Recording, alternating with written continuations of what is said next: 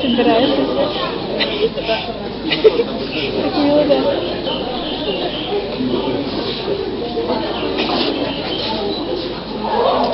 О, зашибил.